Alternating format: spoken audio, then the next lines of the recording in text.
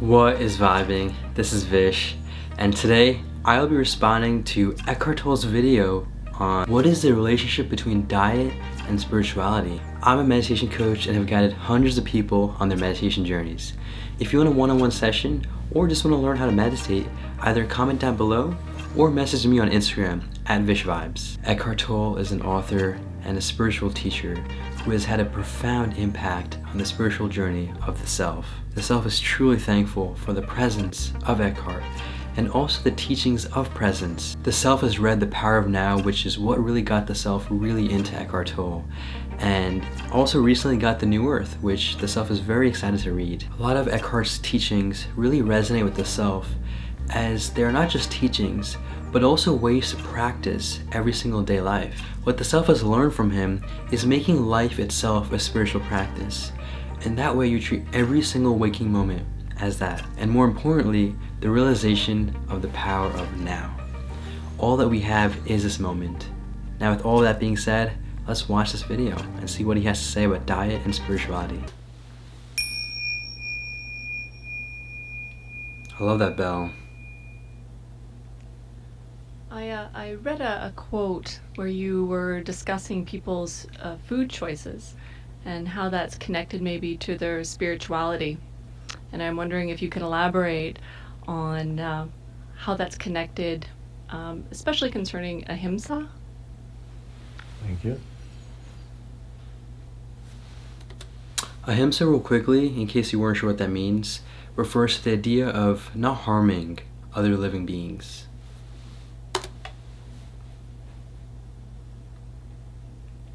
Notice the presence.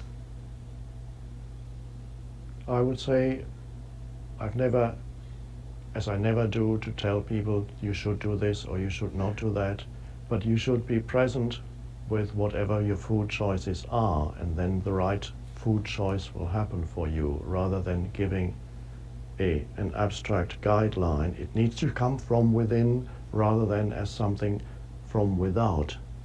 So if you're a vegetarian, that's wonderful. It doesn't mean that immediately makes you into a person who is spiritual. You could be egoically identified with being vegetarian, in which case it would be a hindrance to the realization of the spiritual dimension.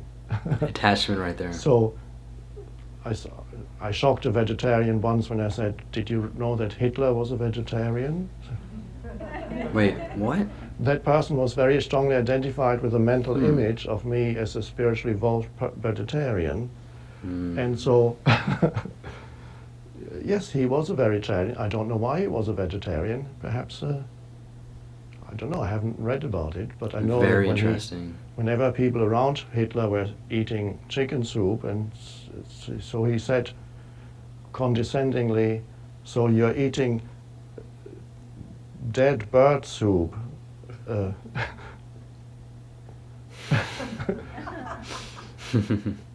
So it really is, the answer to that comes from within you, and you have to do what feels right, what corresponds to your state of consciousness at any time when you when you even look at food or even think of food. It is helpful to, sometimes when I buy some food, I go into a supermarket or somewhere and I look at the shelf, I imagine that this is going into my body, and then the body either opens up to it or closes down. And so if you're in touch... That is really fascinating. He seems to almost eat the food before he eats it. Now, to be honest, it seems a bit confusing. Like, what does he mean by opening up or closing down? Maybe it's the visualization, almost like a meditation of the food going into his body. However, to me, it seems a bit confusing as well, because what if it's something foreign that he's never seen before? Yeah, I don't know. That's an interesting thing. Might have to practice it myself to see. Touch with the body, then that is quite helpful. It makes it easier.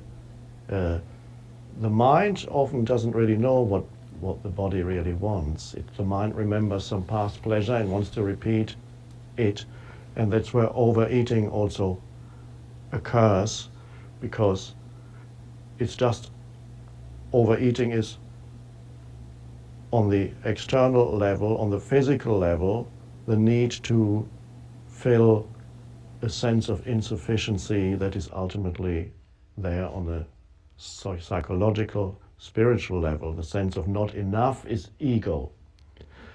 The ego lives from that sense of insufficiency, of not enough, and of needing more. And for some people that comes into the physical realm, in which case then you eat more than the body really needs or wants. Right. And again, it's a spiritual dilemma, and can only be really ultimately transcended if you realize that you are not that needy entity that says, I need more. So body awareness helps a lot in food choice, and then it's up to you what it is that you feel, and you will know that you will not be in a dilemma. You will know what is right for you. And so this is, all important answers need to come from within you. Wow, truly a beautiful video and a very spiritually invigorating one. It is important to understand how vital food is. Not only what you eat, but how you eat it, when you eat it, where you eat it. And so these are all factors that help play into the idea of consciousness. The body that we have, we must understand as not being us, and the same thing with the mind. We are not the body, we are not the mind. However, just because we're not that doesn't mean that we shouldn't treat it respectfully and give it what it needs, and what optimizes its performance. And so I do have to first start by thanking Eckhart for the beginning message that he provided, which was the idea that he doesn't like to say, do this or do that, this is right, this is wrong. With spirituality, it's all about experiences and learning to do things on your own, and then understanding, like he says, within what is right and what is wrong. He does seem to be shedding some sort of pointers and light to the idea though. For example, he mentioned how Hitler was a vegetarian, which to the self was very, very interesting. A man who had killed millions of people was sparing the lives of chickens.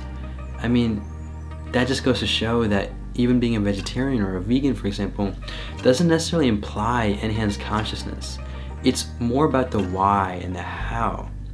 Now, to note the fact that Hitler did mention how they are dead chickens and, people are eating that, that is actually a very good point. It is. However, it goes to show that just because you are vegetarian or vegan doesn't really dictate if you are a conscious individual, because clearly what he did was very unconscious to the millions of innocent people. And this goes off on the idea of attachment to labeling. A lot of people today, whether they're either vegan or very strong pro-meat eaters, tend to have this label associated with eating us, whether carnivores or vegans, and they're so attached to the idea itself of being a vegan or a carnivore that there's an egoic entity formed where they basically are attached to the food eating habits and lifestyle and have this new persona. And this is what leads to a toxic unconscious character. There's nothing wrong with being vegan or even being carnivores, for example.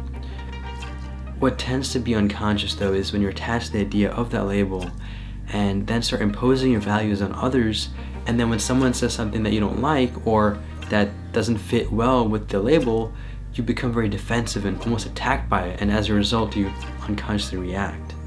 That is where the egoic entity formulates from what Eckhart mentioned. It is also very cool and fascinating to see how he does like a body scan awareness before eating the food and goes to the grocery store and almost imagines eating it before he eats it and then sees how the body reacts. The self has never tried this before and it does seem very eye-opening, and we'll definitely try to practice this. Now, to shed some light to the self's personal spiritual journey with food, to keep it frank and honest, the self used to love meat, mostly chicken and sometimes other red meats, but mostly chicken. And as a result of this whole spiritual process and journey, the self doesn't eat that anymore, and now only eats seafood and other vegetarian foods, for example. And the self can very openly say that the body feels so much better than ever. It's more active, less lethargic, and overall the energy levels are just higher. Again, it's not that I'm very anti-meat and against the idea of eating meat. It's just what is best for the body. It's as simple as that. And just to kind of wrap it all up, it's important to understand that this whole spiritual journey and growth towards consciousness isn't a one-day thing and a one-moment thing, and one thing doesn't represent everything. Consciousness is an everyday, every waking second, every waking moment process. And all these quote-unquote setbacks really are just important lessons that help you progress even more. Thank you so much for taking the time to watch this, and I have to just say I'm so grateful for Eckhart and all of his teachings. Take it joyfully, make it a great day, and stay conscious.